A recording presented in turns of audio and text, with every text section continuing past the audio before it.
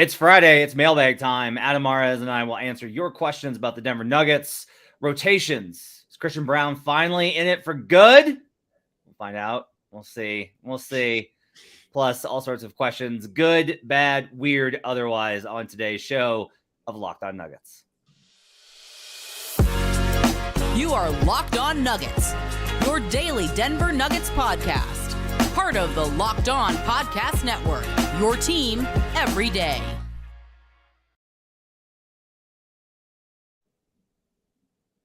Welcome to Locked On Nuggets, your daily Denver Nuggets podcast, part of the Locked On Network, your team every day. Thanks for joining us and making us part of your day. Appreciate you guys being with us and making us part of your week. Hope your week's been great. Ours has been good. It's better for the Nuggets if they got a win versus the Detroit Pistons. Today's show is brought to you by Ultimate Basketball GM. Ever dreamed of becoming an NBA GM and managing your basketball franchise? Then this game is definitely for you. To download the game, just visit ultimatebasketballgm.com or look it up on the app stores. Our listeners get a 100% free boost to their franchise when using the promo code LOCKEDON in the game. My name is Matt Moore. I'm the senior NBA writer for the Action Network, joined by Adam Mares from DNVR. You can check out the pre- and post-game show before and after every Nuggets game at DNVR, as well as their daily podcast on all sorts of things Nuggets, as well as all the great content across all Denver sports. Rocky season starting up. I'm excited to get out to a baseball game, sit on that rooftop bar, which is like one of the coolest. I think it is one of the coolest things in the city is getting a drink at that rooftop bar. It's so freaking cool to see that. There's one thing I wish the NBA could do, but better is to increase, to improve the experience of being at the games. Just needs a little bit of some juice there. Want to thank you for making us your first listen every day. We appreciate you guys making us. You have all your choices in the world of podcasts. We appreciate you guys making us your first listen. Today's episode is Mailbag. We are going to go through your questions. We got questions on Twitter. We'll get to your questions in the comment. Before you guys ask questions in the comments, I will ask that you wait. We're going to do Twitter first, and then we'll get to the chat comments after we roll through those. So don't, it will get lost if I have to go back and scroll back through. So hope you get, if you guys are wanting to get reaction to the Pistons game, I did a recap show last night. So from last night's show, you can go catch my thoughts on the Nuggets getting what I described as an off the ledge win versus the Pistons. Adam, do you have like a 30-second take you want to give us about the win over the Pistons? I think we're going to get to it in some of the mailbag questions. See, you do not want to feed me. You're just going to go ahead and shut me down. Well, I'm just saying, I don't know that you can have a big takeaway from a win over the Pistons, but it is like what trends might have broken last game versus which ones might still be going from the slide that I think we'll get to. Yeah, I think it's a fair point there. I'm pulling up the tweet to get the old questions fired up right now. Adam, how's your bracket doing? I filled out 3 brackets, all very different. So I'm sure I'm doing well in some of them. You haven't checked it all? I haven't even checked. What kind of American are you? Well, I've been checking the bets and the survivor. It's like easier to follow that than to log in and all this different things. So I'll check at the end of today. I'm at 92% on one and 70% on the other. Unfortunately, out of that 92%, one of the losses is Arizona. Oh, no. In the Elite 8. So that one hurts a bit. All right, let's get to the questions. I want to start with this one from Alec Gwynn. In honor of Malone's 400th win as head coach, what are some of your favorite memories of working with him over his time with the Nuggets? Do we want to start a show with a positive Malone question, or do we want to talk about the rotation? Do you want to start with that one? Do you have some thoughts on that? So what was it again? In honor of Malone's 400th win as head coach, what are some of your favorite memories of working with him over his time with the Nuggets? I mean, Malone's great with media, and I always appreciate that. I know it's a small thing, but for us to do our jobs, you need people that treat your answers sincerely, even if they don't like them, even if they think they're dumb, that give you thoughtful responses. And he always does. Take that L on the way out is one of the few examples of a coach succinctly explaining the plight of a fan base. And he did it so well in a way that I feel galvanized the fan base. So there's a lot of those. And then, I always appreciate when he takes time to kind of sit and chat and share some behind the scenes stuff about the team and about his decision-making and stuff. So Malone, I feel very good communicator and especially true with the media. And I've always appreciated that. I think for me, it's after the various shooting incidents that we've seen in Colorado, his thoughtfulness in those situations, his thoughtfulness during the Black Lives Matter movement. Malone, I think, has come a long way on those issues. And that's like one of the things that he's a lot of things at once. Like we all contain multitudes, but it's always been interesting to me that Malone's not a caricature, and it'd be very easy for him to be a caricature. Old school coach, brought up under the Van Gundy tree. Dad's a longtime assistant. I think he is a caricature, though. I think he kind of is a caricature coach. You don't? I don't mean that in a bad way, but I'm saying those things you describe of him are very, very much like influential to who he is. Yeah, they are. My thing is that it doesn't carry all the way through, right? Because it would be very easy to be like, I mean, look, he comes from a family of cops, and for him to have kind of come around to where he is on Black Lives Matter and the issues that matter so much to the players, I think is a reflection of at least an open-mindedness. I also think that as someone that comes from that school of coaching, it'd be very easy to dismiss analytics. And instead, he's at least receptive to them, to where he incorporates them, if for no other reason than into, his commentary with the media. So for me, I just feel like there are things about him that may be caricature-like, but he's a pretty deep, well-rounded person. The level that he cares about his family, I think, is important and impressive too. Like he's balanced that, and that's hard for a coach to do. Like there's a reason why everyone, like the stories about Tom Thibodeau are legendary, right? Of like him working all night and sleeping in the office and stuff like that. And so I have a lot of respect for Malone off of the way that he's approached things. I think that he has a considerable ego, the way that a lot of coaches do. And there's a lot of things that, I don't know, man. I think it's whenever you get to you spend enough time with anyone, you figure out more about who they are, even in the limited transactions that we have, that I just feel like there's always more to people than we kind of tend to believe. And that's something that I've come to kind of feel about Malone. Good, bad, and otherwise. No, he's very much the son of a coach and a New Yorker. Yeah, that's true too. Miroslav, good old Miroslav, who, by the way, you can check out on DNVR Nuggets Serbian Corner. I want to plug that show. Who would you put Jamal on versus the Knicks and Nets this weekend? Who would I put Jamal on the Knicks and the Nets? Man, so the Knicks out. I think Brunson's still out, which is an interesting twist. I put Jamal on RJ. Really? Why is that? You're looking at Quickly and Grimes starting for them in the last game. If you want, I don't want Jamal guarding an off-ball player like Grimes that moves a lot. If RJ Barrett wants to try an ISO versus Jamal Murray, I love those odds for Denver. So then you would have you would probably have KCP on Quickly, and that means Michael Porter on Grimes running around screens. Yeah. I don't know if I like that. I mean, Quentin Grimes is a good. I really like him as a prospect. I don't know if he's so good that you don't want Murray on him. And then also Murray just needs a little bit of reps guarding some guys, guarding some guards. I think Grimes is the right answer for that particular matchup. And again, most of this has to do with I don't like Michael Porter having to guard RJ, have to guard the guards and run through them. I think it's better have him guard an RJ Barrett. On the other side, you have to put him on Herter because you're not going to put him on Fox. Can you put AG on Grimes and put MPJ on Randall? I'm sorry. Hold on a second. I'm looking at the box score the wrong way. Say that again. Could you put MPJ on Randall and put Gordon on Grimes? No way. On Why? Julius Randle? Why?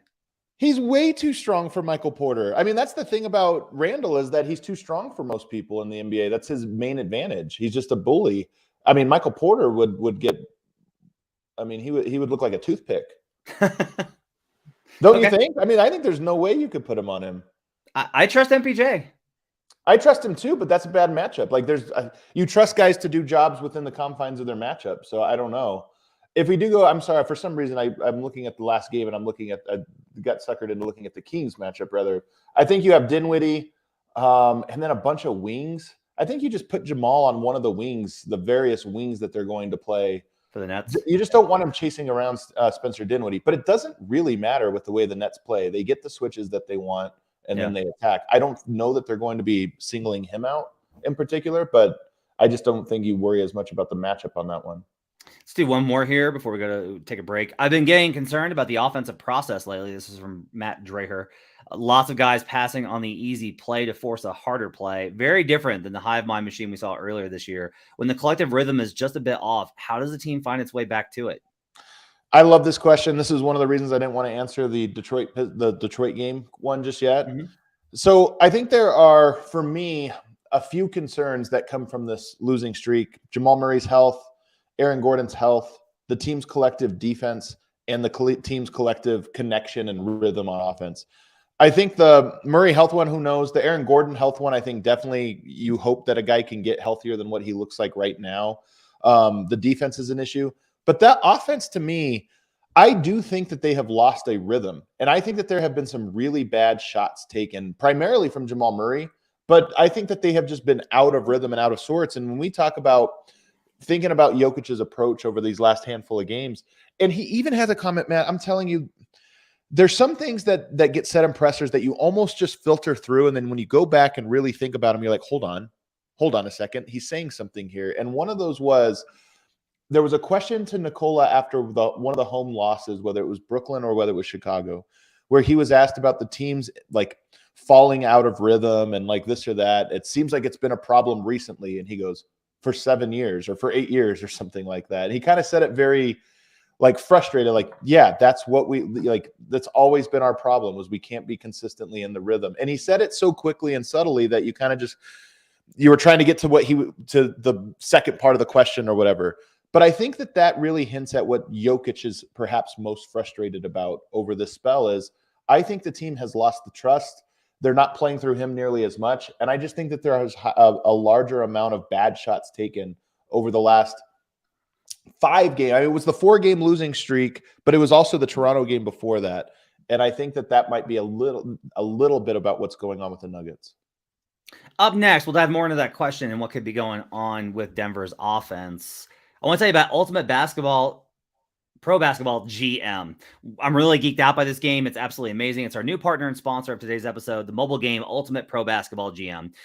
You ever dreamed of becoming an NBA GM and managing your basketball franchise? Well, your dream can come true, and this game is definitely for you. You get to manage every strategic aspect of your team, play through the season, and lead your team to glory. You're responsible for hiring the right coaches and assistants, and you know, that seems to be a popular thing amongst the fans. Trading and training players, making draft picks, navigating your franchise through free agency and the draft, and all the ups and downs of a season. All of this in a challenging and realistic game world. Ultimate Pro Basketball GM is completely free and playable offline. Play on the go as you want to and when you want to. You can do all sorts of cool stuff in there. You can make the trades that you want. You can manage your cap.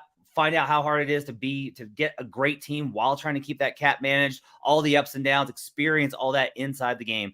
Locked On Nuggets listeners get a 100% free boost to their franchise when using the promo code Locked On in the game store. So make sure to check it out. Download the game. Just visit probasketballgm.com. Scan the code or look it up on the app stores.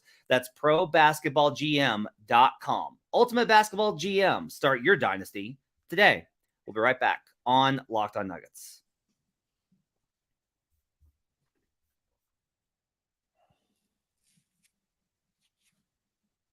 Back here on Locked On Nuggets. Thanks for joining us and making us part of your day. Appreciate you guys being with us.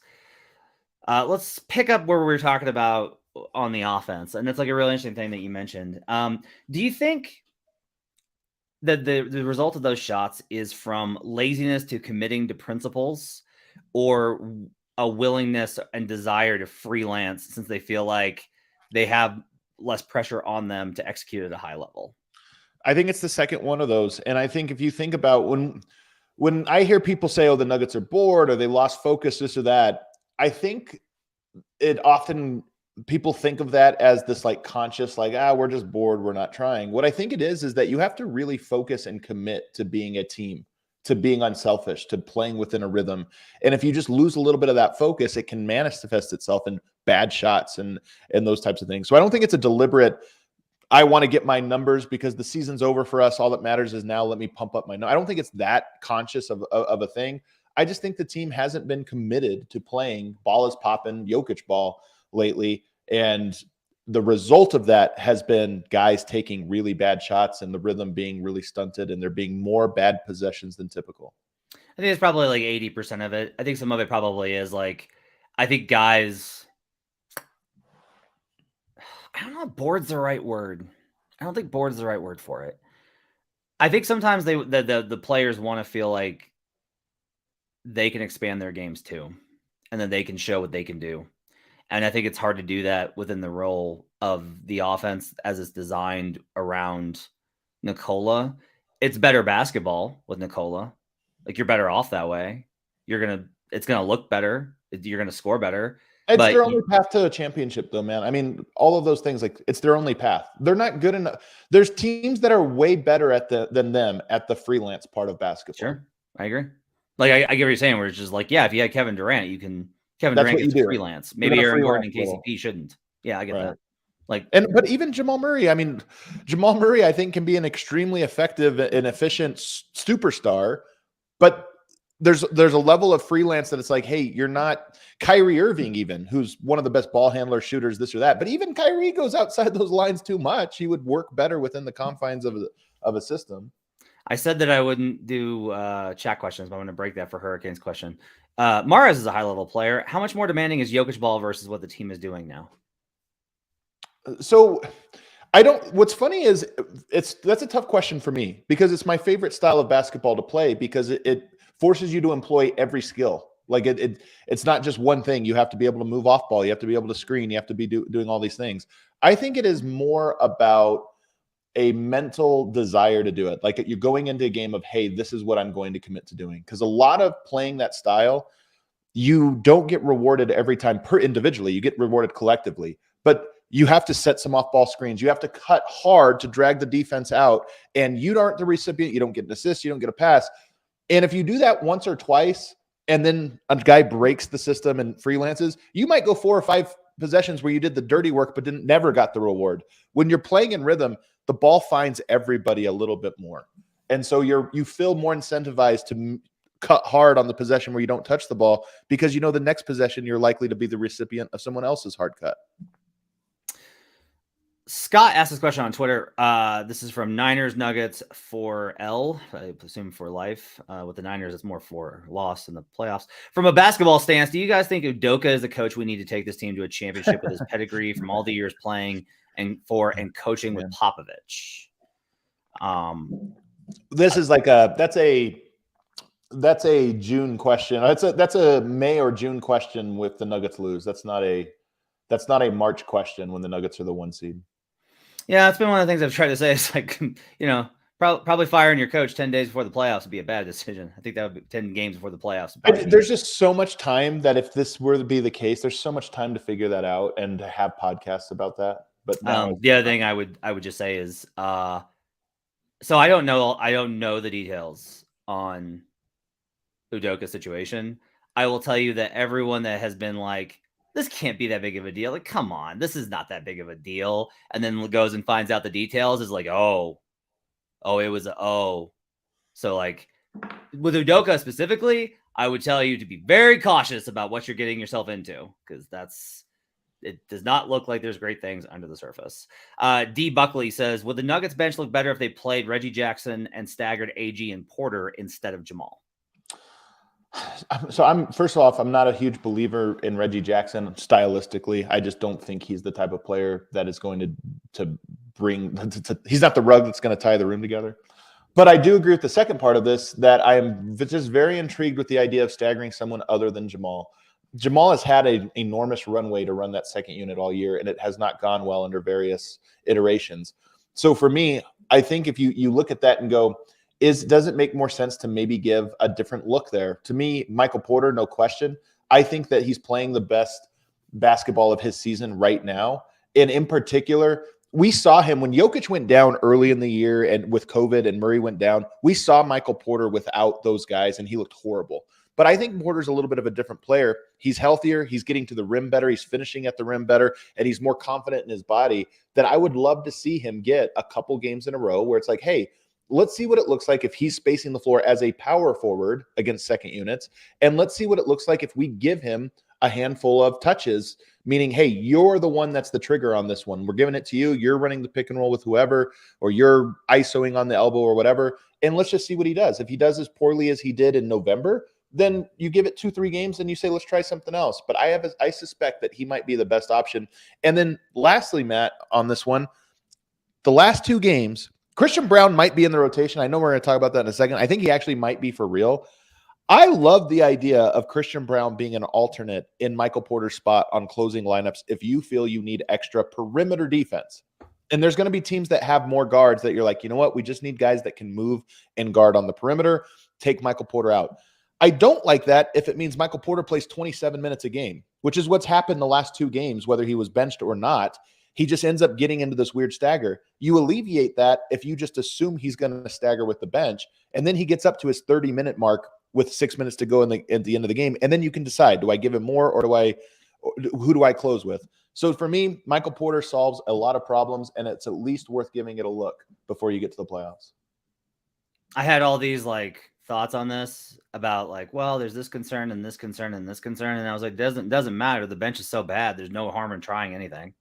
So I'm all for it. Instead of being more concerned about it, for me, it's more a matter of, hey, this is probably something that you should have tried more heavily back in January. And we're so late on it. It's funny, Matt, because I'm going to push back on you on this one topic, because Nuggets fans made a big deal about the Christian Braun thing in December and January. And I do feel like we're kind of late to arriving at, turns out Christian Braun is going to be in the playoff rotation, which I think is the case where we're at now. But I just wish we would have tried all of these other things that don't even have to do with Christian Braun. They more have to do with who do you stagger. And because Malone was so slow to that train, I feel like we're late to solving the equation perfectly. Would agree with that. I totally agree with that. What are you pushing back on?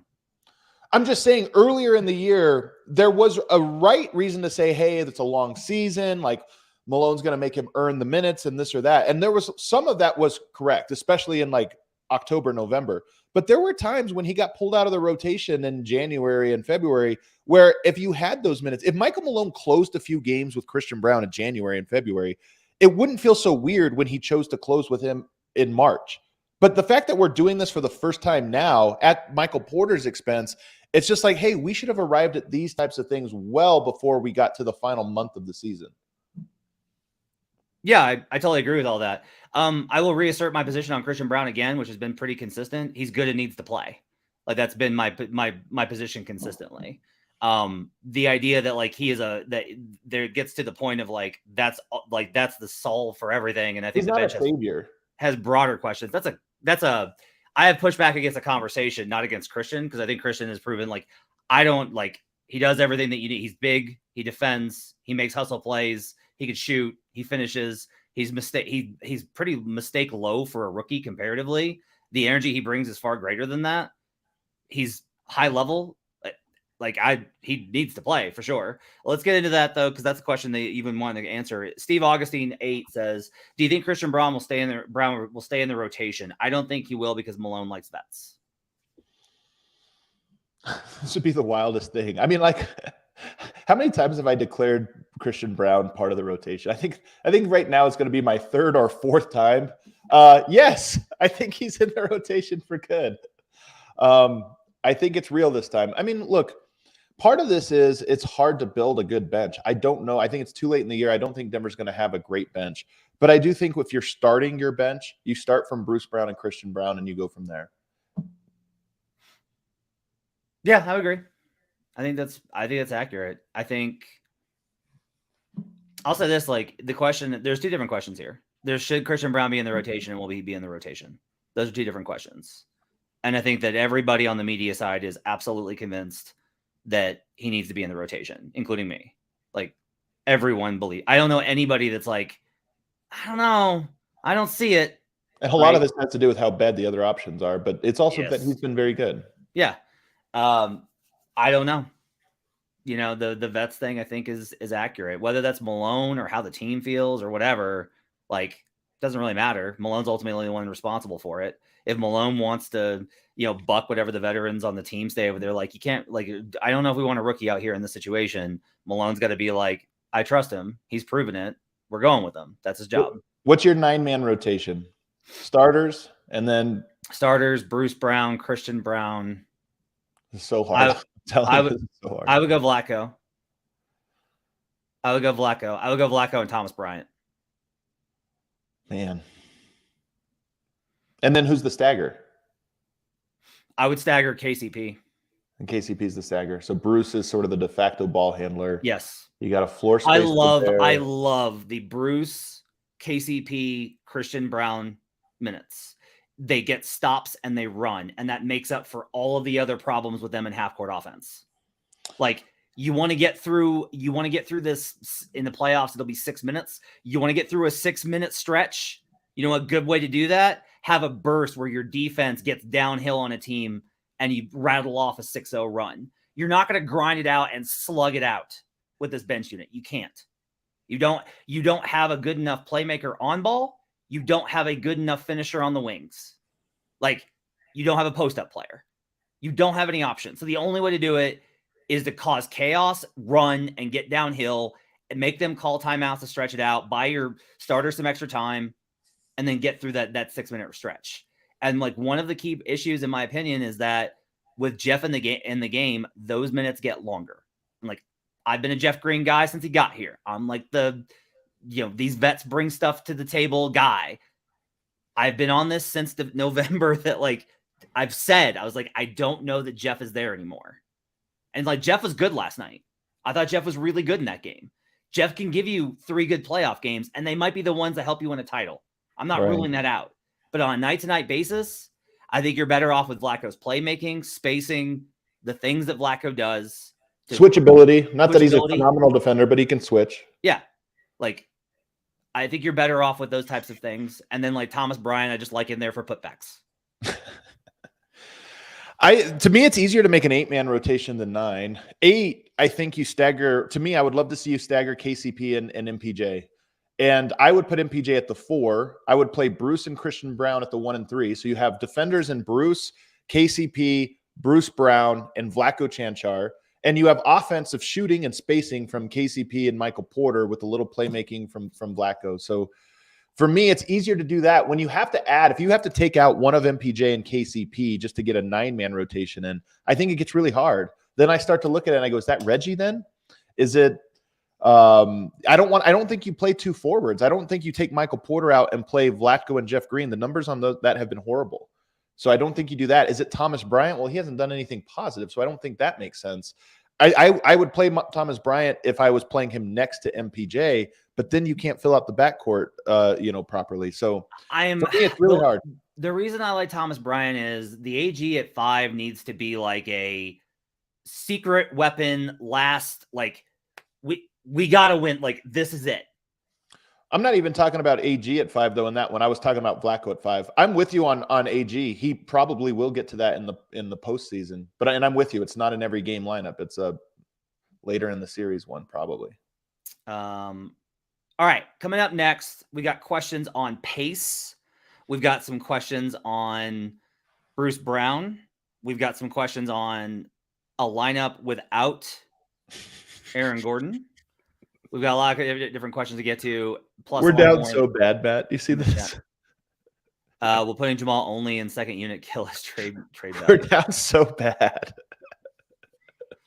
My God, it just be crazy. We'll talk about all those and more on the other side. First, let's talk about Built Bar. The Built Bar March Madness bracket is here. We know you have a favorite bar or puff, and now it's your time to make it count. Go to builtmarchmadness.com to vote for your favorites. You know, I'm going to be voting for Churro. I talk about it here all the time. Churro is the GOAT. It is the elite Built Bar. And if you want the Nuggets to win, then you'll be voting for that bar too, because they've got a bar for every single team on there as well. I think Churro is a good representation of the Nuggets, quite honestly. Support your bar or puff. And when you vote for your favorite bar or puff, you'll be entered to win in a drawing where 50 lucky Locked On listeners will get a free box of Built Bars. Not only that, but one Locked On fan will win a 12-month subscription to Built to have the Built's best bars or puffs delivered monthly straight to your door. You got to try Built. It's the best protein bar ever. They're so amazing. They're covered in 100% chocolate with great macros, only 130 calories, only 4 grams of sugar, 14 grams of protein. Run to builtmarchmadness.com FanDuel.com right now to vote for your favorite Built Bar or Puff and pick up a box while you're there. You can vote every day in March, so hop in and support your pick. We're also brought to you by FanDuel Sportsbook. The tournament's heating up, and now is the perfect time to download FanDuel, America's #1 sportsbook. New customers get a no-sweat first bet up to $1,000. Bonus bets back if your first bet doesn't win. Just download the FanDuel Sportsbook app. It's safe, secure, and super easy to use. You can bet on anything from money line to point scores, even threes drained. On today's slate, I like Drake today. I'm very big on Drake versus number 5 Miami. I've got them on the money line, plus 125 over at FanDuel. Also, at FanDuel, very excited today in the NBA. I'm betting on both the Spurs and the Rockets in the same day. No way. Who doesn't love that? Are you being 2 serious? in the Western Conference, and I have money on both of them. How could this go wrong? Unbelievable. Don't miss your chance to get your no-sweat first bet up to $1,000 in bonus bets when you go to FanDuel.com/lockedon. That's FanDuel.com/lockedon to learn more. Make every moment more with FanDuel, an official sports betting partner of the NBA. We'll be right back on Locked On Nuggets.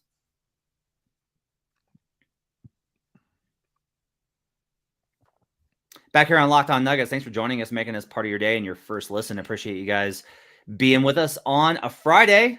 Hope you guys have a great weekend. Hope you enjoy the tournament. Hope the brackets are all healthy and good. However you choose to spend your weekend, hope that you are safe, healthy, and have a really good time. It's a little fake springish out. It's a little bit. It's not. Oh man, I meant to tell you this. What? 2 days ago was our first official day of fake spring. I think that's 70-degree day. Yeah. And then it snowed the next day. Yep. Absolutely. That was our first fake spring. Such a good fake spring day. Gonna be a little bit warmer over the next couple of weeks. I'm excited for that here in Colorado. The shore burns arrived, Matt. I mean, it felt like spring for one day. One day. Kind of Earl, Ryan M says on Twitter, should the Nuggets ever run the Jamal, KCP, Bruce Brown, MPJ Jokic lineup to spread the floor and prevent teams from putting a smaller player on Jokic? I'm gonna let you take this one first. The question was about putting us. It's no AG, slide KCP to 3, MPJ to 4, and Bruce Brown takes the 2-guard spot. The weird thing about this is that the moment you do that, the team adjusts, right? Because you're not going to never play AG next to Jokic. So a team will say, when he's on the court, we do this. When he's off the court, we'll go away from that and guard it more naturally. And you need Aaron Gordon on there when the team's playing you regularly. So this becomes a little bit of you can't necessarily counter that way in a playoffs. I do think it's something you do if it's a late fourth quarter and you're down. Say the Nuggets go into the fourth, into crunch time, 5 minutes to go, and they're down 5 points. And that's how a team is guarding you, is they're putting, the big on Aaron Gordon and daring him to shoot. At that moment, I think you might actually consider it. Like, hey, we're down 5. We need points more than stops. And if we're going to go this way, and we'll see if they blink. And if not, we're going to score a bunch of points. But I don't think that's what you do as a default position. What you have to do is you have to take advantage of it. And by the way, Aaron Gordon has been very good at taking advantage of this year, not just with the three-pointer. I think the number one sign that he is banged up is that he has been going towards the basket a lot less. And I think some of this is like you're afraid of contact. When you're hurt, whether it's intentional or not, you're just naturally thinking, do I want to bully my way at the big man right now and try to dunk over him and get fouled and then go to the line? You absolutely do not. And to me, that's part of what we've seen from Aaron Gordon over the last 2 or 3 weeks, is that he's been way more reluctant to do that. I don't know what the numbers are on his dunks, but I would imagine his dunk rate has plummeted over the last 3 weeks. I think so too. That rib injury before the All-Star break really bothered him, and he has not looked the same. And I don't blame him. That's got to be really painful. Like, rib injuries are extremely painful. I think all injuries are really painful, honestly, in basketball, but that one especially, I think, which is why, I don't know. I will say this, we have bridges we don't want to burn, right? Here on the show. That's a thing. Like, that's just like the reality of part of our things. Like, you gotta be honest and critical within balance.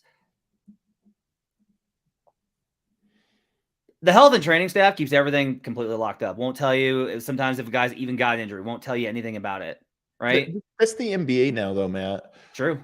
I mean, and let me just say to the point you're making here, because I think it's very unhealthy, and we're in the industry, and maybe some of this is on our plate. We don't actually know what went on with Ime Udoka. There's rumors. Some of us know, I've heard things behind the scenes, but we don't know. Andrew Wiggins is missing time. We don't actually know what's going on with him in that capacity.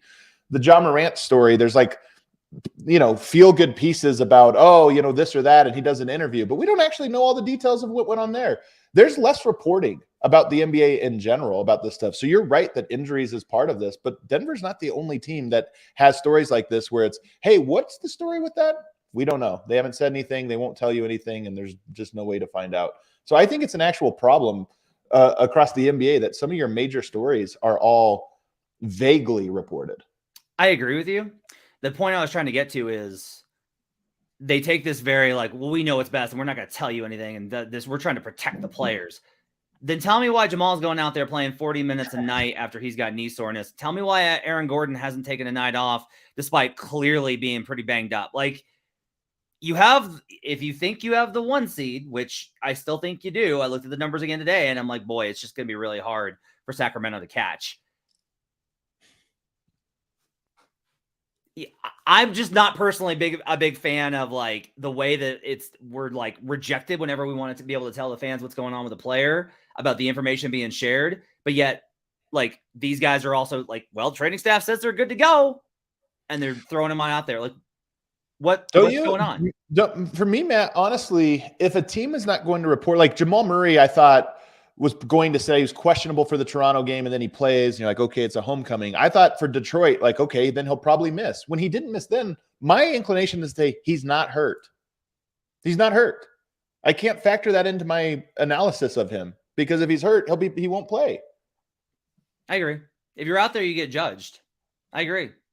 If you choose to play, you're judged on performing.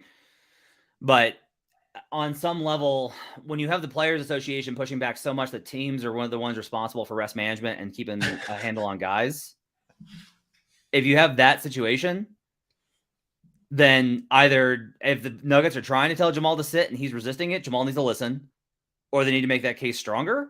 Because I'm sorry, these guys aren't, and everyone's banged up. No one's healthy right now in the NBA. This is not just a Nuggets issue, right? This is not they're not playing badly just because of injuries. Everyone's banged up. Yep. But ultimately, I just get frustrated at the way this stuff kind of is approached on a number of levels. You said, hold on real quick. You said you don't think that Sacramento is going to catch. So they're 4 losses behind, and the last game of the season is a head-to-head. Yep.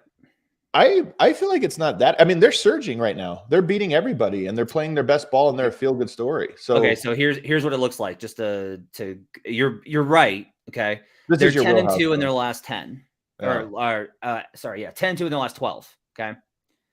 If the Kings finish 10-3, so that would be a 20-5 run for Sacramento to end the season, which that's incredible.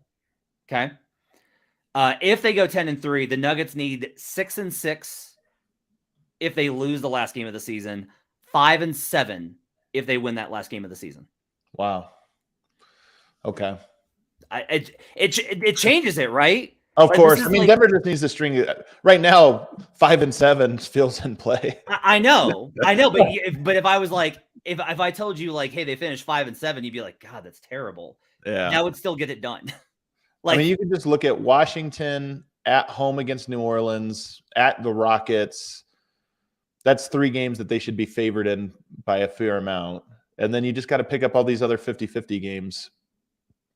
So, yeah. I mean, they have a tough schedule. The Nuggets have a tough schedule from here on out, but they should pick up some wins. Scott asked this question. Why do the Nuggets need the first seed? Look, I'll just tell you this. It would be embarrassing to lose the number 1 seed after essentially having it locked up. You'd be in a much better bracket. Your odds of avoiding Golden State, you would avoid Phoenix and probably Golden State until maybe, because you might end up with a 2. You might face them in the 7. But you definitely would have an easier, right now, as it stands with the 1 seed, you could face Golden State in the first round. And even if you get past the defending champs, you would face Phoenix to go to the conference finals. It's a tough side of the bracket. It is funny though to think about the being a scenario where Denver gets to the final game of the year against Sacramento and throws it to drop to 2 or 3 because it gives them a favorable matchup. It's too funny. It's too funny to pass up. It would be hilarious too if Denver plays so poorly down the stretch, only for it, like us to start wondering, did they throw the 1 seed and then to race to the finals because they have the best path? It would actually be hilarious. They have to do it organically, though, as your good buddy, Zach Lowe, as you can catch Adam Mares on the Low Post again this week. You're like a regular contributor to the Low Post. Yeah. People are I don't know if I've you know never this, been man. on the show. So He's never invited me. Yeah. So sad. I went on the show and Jokic's MVP odds tanked. So and Nuggets fans have drawn a correlation there. So that ship sailed, buddy. It's over. What is? MVP. It's done. Oh, I'm telling you, like, honest to God, I've always said I don't care. I think that everybody caught up to me. I don't think Nuggets fans care. I agree. They've it got so gross since Perkins that everybody's like, fine, whatever. We're out of here, man. We're out of here. Yeah, it's fine. We got other things on the mind. Can I tell you this? Nuggets fans won't like this, but I want Jokic and the Nuggets to win every championship. That's my favorite outcome. But I do think there's a funny outcome if Embiid won MVP this year and next, and Giannis, Jokic, and Embiid each win 1 championship over that 6-year span. It would be hilarious to me, all the breath wasted over who deserves it and how could we give it to this guy if they all end up equal in every category. And it'd be like, hey, we actually got it right. Everybody got 2 MVPs and 1 title. I really like talking about it until 2 years ago. Honestly, I really like talking about it until Sixers fans came around. I love that. I love it. I love that you blame them because so many people blame Nuggets fans for ruining it. Yeah, I don't know why. Like, there's a couple, but for the most part, I don't get no, I don't see a lot. Maybe they're out there, but I don't see a lot of Nuggets fans throwing death threats around. So, not a thing. A couple more here.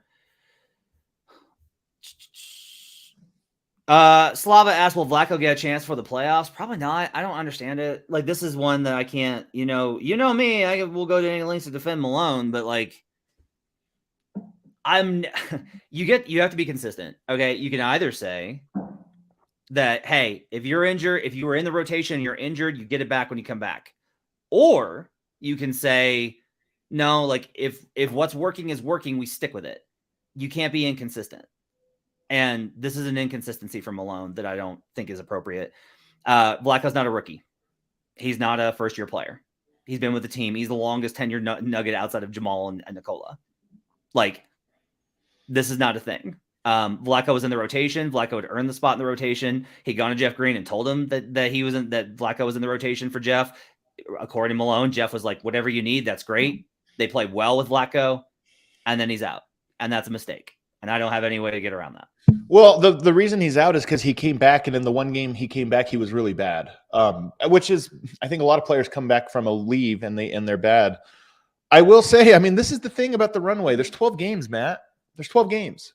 It's not that much time to figure this out. And that's why I say the Malone has gone to things that don't work for 6, 7, 8 games in a row. And we've always said, like, you want to get a big sample size. That's why he does it. Sometimes you're like, hey, I know this isn't going to work, but we know Malone's going to give it 2 or 3 more games.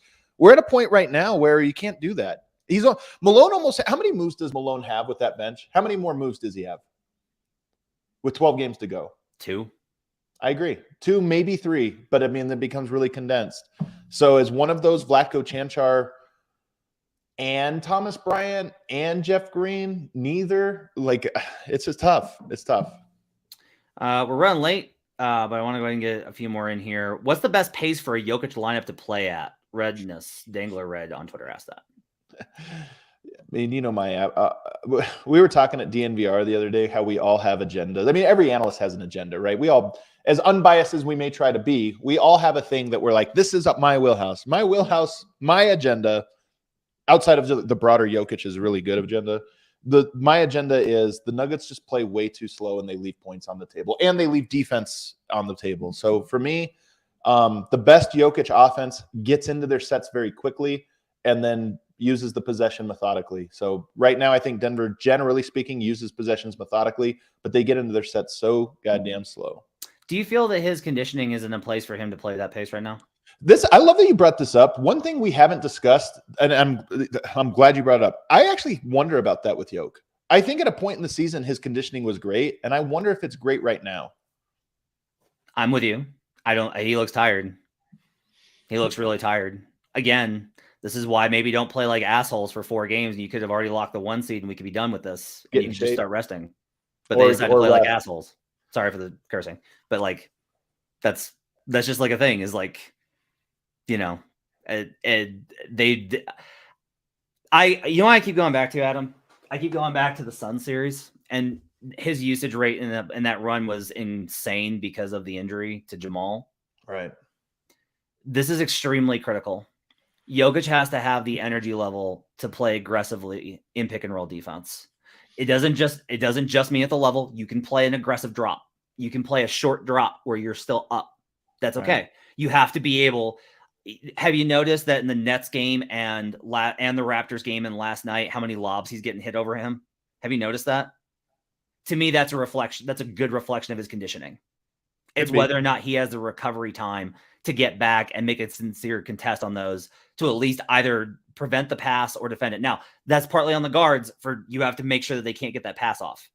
At the same time, like he has got to be in a place where he like you have to have Jokic in a great condition. This team is really good. This team is the number one team in the Western Conference. This team, like there is a championship contender, a championship winner inside this team. There is in there somewhere is that team that we've seen. But you have to be able, like, their floor is not high enough. They have got to hit not a ceiling, but they got to hit a high level game by game, or they will lose. You know what's so funny about analyzing Jokic? And I agree with you, by the way, on all accounts. I agree. But the weird thing is, over his last 4 games, where Denver's gone 1-3, Jokic is averaging 32, 12.5, and 9.5. He was great last night. The numbers, he's averaging a 30-point triple-double, which is not just he averages a triple-double, but a 30-point triple-double means he's scoring a lot. And yet watching him, we kind of think like he's not being very aggressive and assertive. He's just, it's tough to figure out. But the conditioning part of this, one of my big questions for Jokic going into the playoffs. Yeah. So it's like, look, but I think this is part of the thing though, is the more that he has to put up these lines for them to compete, the bigger a drag it is on him and a bigger a drag it is on the defense. Like you need Joker to not have to be all world except for like once in a while. He should not be carrying a team this talented and this healthy in terms of guys that are available to play. I don't think it's tiring to carry the team as the fulcrum. I do think it is as the scorer or whatever. Yeah. So I do think there's a level of him setting the table does not take as much energy out of him as, you know, some of the other stuff. To me, Jamal Murray, I think, is overextended a little bit, his usage in the offense. And I'm curious to see if he either just starts making a lot more shots or if he scales it down and finds a better rhythm within the flow of the offense. And if you look at the numbers, Matt, of the Nuggets over the last 10 games, Jokic, as efficient as he's been all season. Michael Porter, as efficient as he's been all season. Jamal Murray, as inefficient as he's been all season, and taking 5 more shots than Jokic and MPJ. All right, before we get out of here, what's the record over the next 2 games? They got the Knicks and the Nets, both on matinee games in New York. What do you think they go? Chaos. I'll go 1-1, which is the coward's take. I'll go 1-1. Yeah, I'm with you. They need to get a win. If they get a win against one of these two, it'll be the best win in 3 weeks. I would lean towards they lose the Knicks, beat Nets. It's hard to beat a team twice within a week.